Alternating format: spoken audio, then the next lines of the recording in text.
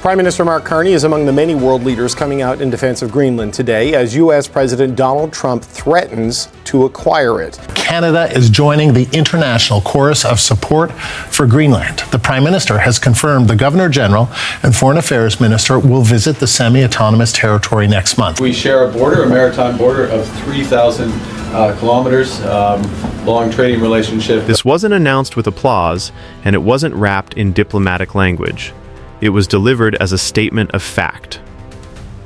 Canada is no longer asking for recognition in the Arctic. It's enforcing it. When reporters asked whether the United States still considers the Northwest Passage international waters, the response from Ottawa was blunt. Sovereignty is not decided by press releases or legal footnotes. It's decided by who controls the ships, the ports, the ice, and the rules. And Canada just moved to control all four. This week's decision to expand Arctic icebreaker patrols and port infrastructure wasn't symbolic. It was strategic. And it sent a shockwave straight through Washington. For decades, the United States treated Canada's Arctic claims as theoretical. On maps, the waters looked Canadian. In reality, they were open highways. American vessels passed through without permission.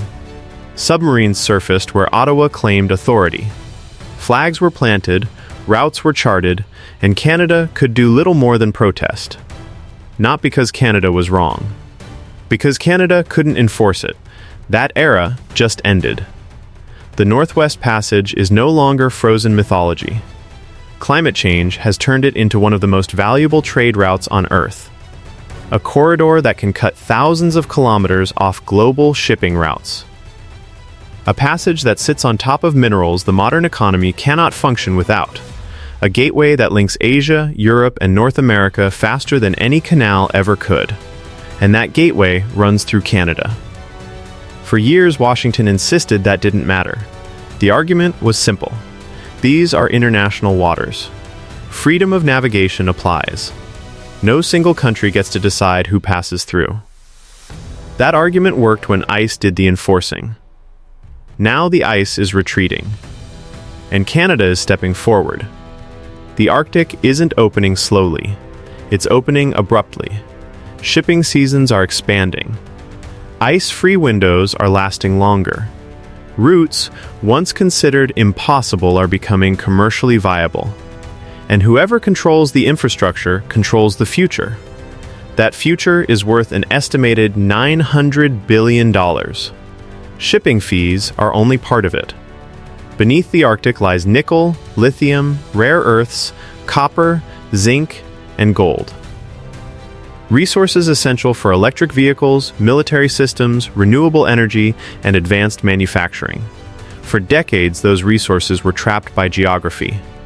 Too remote, too expensive, too risky. The Northwest Passage changes that equation entirely. Ports turn isolation into access. Icebreakers turn seasons into year-round corridors. Regulation turns chaos into order. And Canada is building all of it at once. This is where the United States miscalculated. Washington assumed pressure would force compliance. Trade threats, tariffs, political rhetoric. The idea was simple. Canada depends on American markets, so Canada will fall in line. Instead, pressure created urgency. Instead of folding, Canada redirected. Instead of negotiating, Canada invested. The Arctic became the alternative. For the first time, Canada is backing its legal claims with physical reality. New icebreakers capable of operating year-round. Ports upgraded to service commercial shipping. Surveillance systems that track every vessel. Military infrastructure, then that applies to everyone. Not just American ships. Chinese vessels, Russian vessels, any nation with Arctic capability. That's a security nightmare. North American defense is built around controlling Arctic access. NORAD exists because threats come from the north.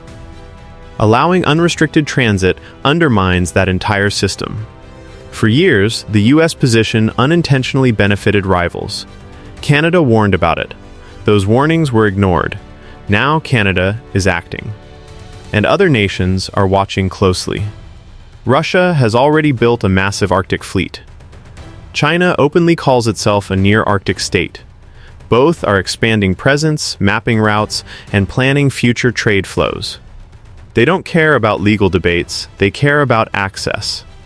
Canada understands that. By asserting control, Canada isn't just defending sovereignty. It's closing doors that should never have been left open. This creates a rare dilemma inside NATO. Canada and the United States are allies. They share intelligence, defense systems, and security commitments. But on the Northwest Passage, they are on opposite sides. Europe quietly leans toward Canada's position, not out of hostility toward Washington, but out of self-interest. If international waters arguments weaken internal claims here, they weaken claims everywhere. So NATO stays officially silent. And that silence works in Canada's favor. Every port built, every icebreaker launched, every patrol conducted turns silence into acceptance. What makes this moment historic isn't the announcement, it's the timing. If this move had been made 20 years ago, it would have been ignored. If it had been made without pressure, it would have been delayed. Pressure accelerated everything. The irony is unavoidable. Efforts meant to assert dominance ended up reducing leverage. Instead of dependence, Canada built alternatives. Instead of hesitation, Canada created momentum. And momentum in the Arctic is irreversible. Once infrastructure exists, it doesn't disappear. Once shipping routes normalize, they don't revert. Once companies invest, they demand stability, and stability favors the country that controls the route. The Arctic future is being locked in right now. By the early 2030s, Canada will have year-round operational capability in waters it has claimed for generations. The debate won't end with a treaty. It will end quietly as ships comply because it's easier to comply than to resist. That's how sovereignty actually works.